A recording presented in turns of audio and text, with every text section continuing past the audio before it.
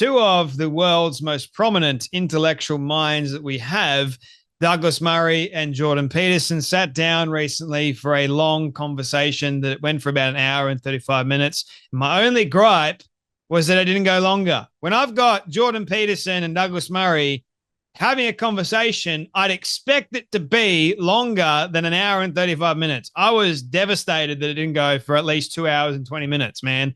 I wanted more. Why didn't I get more? Especially when it comes down to the topic of Israel that so many people have got an opinion on these days. And Douglas and Jordan are probably the best minds when it comes down to the moral frameworks surrounding what took place on October 7th, when went in and massacred the likes of 1,400 Israeli people. And well, the world has gone mad since October 7th. You have so many people on the side of T-word organizations, on the side of these people that want the Jews gone. The Palestinians are used as cannon fodder, for goodness sake, by Hamas. And Hamas is a T-word listed organization, but yet you've got so many people that are going free Palestine, but yet they won't be free because of Hamas. They're never going to be free unless Hamas is done. So we've got these two intellectual minds sitting down talking about the actual realities that not a lot of people see. I'll have you know. It takes a very intellectual, smart mind to look at what's taking place at the moment and realize you've got to do something about this. You don't want terror to exist anywhere in the world. I certainly don't. So it's not just good enough to go, oh, I don't like war. I just don't want war to happen. You go, no, sometimes you need it to wipe out evil.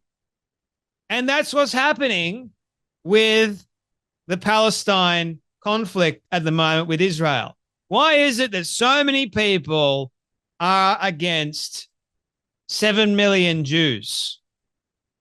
One country in the Middle East surrounded by Islam, and Islam is somehow protected. In the West, we are protecting Islam.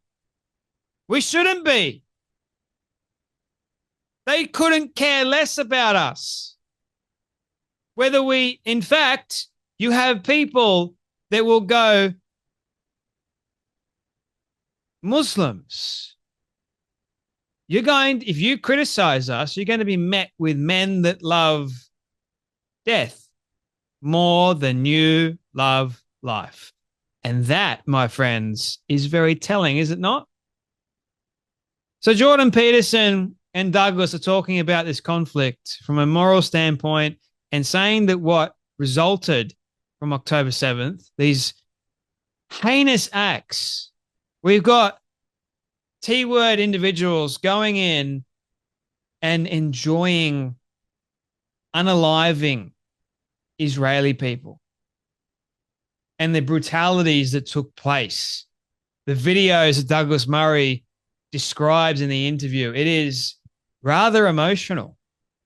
And some people will go, oh, Jay, well, what about what Israel is doing to the Palestinians? And I'll go, I refer to Douglas Murray, who says that there are rules of war. And Hamas is not following the rules of war by creating tunnels, by putting innocent people in crossfire in a hospital and then blaming it on Israeli. So in a way, it's relatively genius, is it not? Evil genius. Islam knows that if they claim to be the victim and they've got a huge voice, they can drown out the smaller voice, and that is Israel. If they can capture the hearts and minds of people and say that Israel are really the bad people in this equation, then what are you going to do? What are you going to do? And I've not said much about the Israeli-Palestine conflict because I don't know enough, to be honest. I know enough, but I don't know enough. That's why I'm basically reiterating what Douglas Murray is saying, in case you were wondering. Because he's been there, he's heard the stories, he's written a book on democracies and death cults. Have a watch of this brilliant clip of Jordan Peterson explaining to Douglas Murray about a little bit deeper into what happened. I want to lay some propositions before you. When October 7th made its presence known, the first thing that occurred to me, and correct me if I'm wrong about this, if I have some misapprehension, the terrible hand of Iran is behind Hamas and Hezbollah. Mm-hmm. Iran has absolutely no compunctions about sacrificing every single Palestinian to the cause in as brutal a fashion as possible to capitalize on the public relations scandal that can be made of that. Yeah. They've got no feeling whatsoever for the Palestinians. They're pure cannon fodder in the eternal war against the great Satan and Israel, right? Yeah. The U.S. and Israel. Yeah. That seems appropriate? Absolutely. Okay, so what the hell? I went to Oxford, and the first bloody thing that those half-wits asked me when I was on stage was if I was happy about this tweet I made on October 8th, which was, "Give them hell, Netanyahu," which I paid quite the price for, let me tell you. And although not so much a price as many people have paid, put it that way. And so what's Israel to do when they're faced with a disposable people, so to speak, that will be sacrificed at a moment's notice by their own leadership, by their own corrupt philosophy, and by the mullahs of Iran? What possible response could Israel have, except to roll over and submit? Well, a lot of people would like them to do that, of course, but that's not an option. There's a famous story that Joe Biden tells. It's actually a good story for Joe Biden. Being Joe Biden, he's told it a lot. But he when he was a young senator, he once met Golda Meir, former prime minister of Israel, indeed the prime minister during the 73 war. And she famously said to Joe Biden when she was showing him around, you forget, Senator Biden, we have a secret weapon. And Biden thought that Golda Meir was going to tell him about Israel's nuclear project. And he was all ears. And he said, "What's your secret weapon?" She said, "We have nowhere else to go." Right. So anyone who thinks that rolling over is a possibility for Israel is simply somebody who wants them to be gone.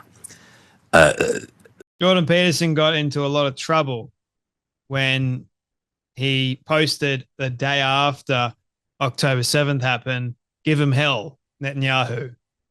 And loads of people went after Jordan because he said that. He's a public figure, and it seemed like a very emotional response to a very emotional conflict. And because loads of the Palestinian people were going, "How dare you say such a thing? What about the Palestinian people in Gaza at the moment? They're suffering. How dare you say, give them hell, Netanyahu?" And Jordan was saying, "Give them hell, Netanyahu, to Hamas, not to some of the, if there are any innocent Palestinians in Gaza at the moment." I wasn't saying give the innocent people hell. That's not what he was referring to. But people took it the wrong way, didn't they? They don't have an intellectual bent. And I think people have gotten dumber. Yes, there are people that are waking up for sure. But there are a lot of people that are just following the crowds. And they'll get outraged because of something that Jordan Peterson has said that I guarantee you he's probably thought about before he said it. Now, Douglas, referring to what Jordan Peterson was on about, going to Oxford and people with the Oxford Union going, "So what do you think about what you said the day after October 7th, when you say give him hell, Netanyahu? Do you think that was right?" Half-witted. Like, that is the kind of people we've got in our society now. Dimwits, dingbats, you want to call them. Douglas saying, and actually I found it funny how he used a story from Joe Biden, because at one point Joe Biden wasn't losing his marbles, but talking to the then Israeli prime minister saying they've got nowhere else to go. They got nowhere else to go. So they will fight. and they will fight to the bitter end. And this is very biblical, very, very biblical. You don't have to look too far. And even, believe it or not, even Douglas Murray, who was once atheist, I think this atrocity has opened up his eyes to a lot of things, especially in the realm of evil. He's seen evil in the face, and he knows that it exists. And I think even he has gone, well, there is a moral understanding to this war. It's very biblical. And here's what he says. He uses a passage from the Bible. Have a watch. I would just add one other thing to that, which is I was talking the other day with a friend, a biblical scholar, and he said, you know that that famous quote on the walls of the UN, the quote from Isaiah, and he shall judge among the nations, and he shall rebuke many people, and they shall beat their swords into plowshares, and their spears into pruning hooks. Nation shall not lift up sword against nation, neither shall they learn war anymore. Now that's magnificent sentiment, of course, and who wouldn't want to follow it? But the thing that I just realized is, look at what comes before it. Let us go up to the mountain of the Lord, to the house of the God of Jacob, and he will teach us of his ways, and we will walk in his paths. For out of Zion shall go forth the law, and the word of the Lord from Jerusalem. Right? That's called a precondition, Douglas. You don't get the idea of war being no more, or peace breaking out among nations, unless the word goes out from Jerusalem. Yeah. You can have one, but you can't have it without the other. That's right. What a precondition, Douglas, from the passage of Isaiah. And the Bible is quite clear on many, many things. And one of the things it's very clear on is that Israel is God's chosen people. And Israel will have a massive role to play in the final days, the last time. And I think Islam is going to find out quite quickly, in fact, that you don't mess with God's chosen people, because you won't get away with it. I understand that the Jews of today aren't the Jews from the Bible. Obviously, the descendants, yes, they are. You want to go down that particular lineage. But the Jews today need to repent. They need to turn their eyes towards God. Because every time they did, God would intervene.